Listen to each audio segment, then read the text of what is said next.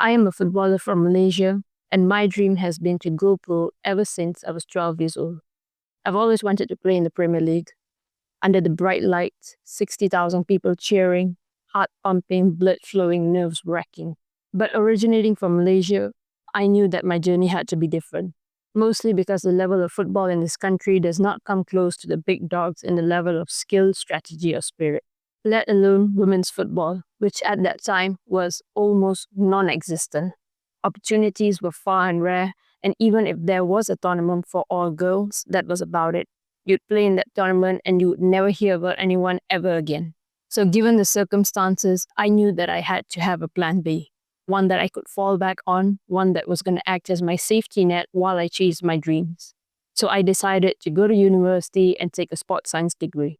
And I want to tell you that by doing that, not only have I been able to play in 2 different countries, but it's also acted as my freedom floor, which allowed me to take more risk in achieving my dreams.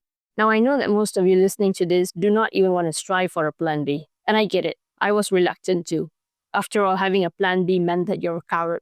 It meant you wouldn't go all in for your dreams because you always had an anchor that was going to pull you down.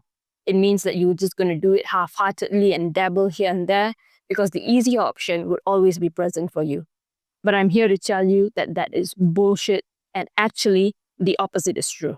Having a plan B is like having a lifeline for your dreams. Your plan B acts as an oxygen mask for your plan A if you know how to use it correctly. When I did sports science, apart from it helping me structure my training, it didn't really impact my game. It did look like at the end of the day, I was going to have to get a 9 to 5 and that I was going to have to work my football schedule around my job schedule. But guess what? That's not true, because that's not what I'm doing right now. Because in today's world, you can make money from any corner of the universe as long as you've got a phone, a laptop, and an internet connection. Now, here's what you need to understand.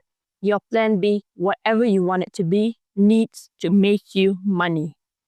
Football is an expensive sport.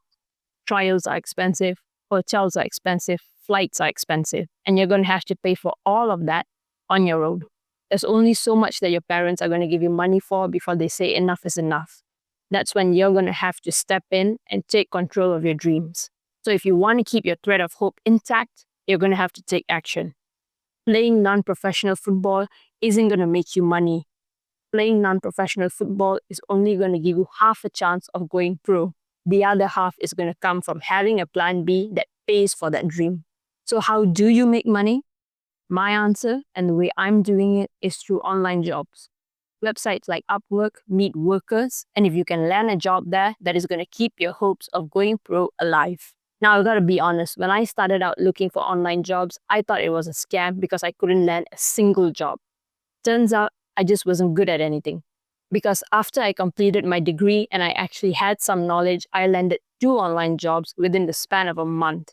So this is possible. These 2 jobs, they're going to act as a beacon of hope. They're going to keep me from going hungry and sleeping on the streets when I'm trialing in a different country. And if you did have a job that paid anywhere you were in the world, wouldn't that just give you peace of mind?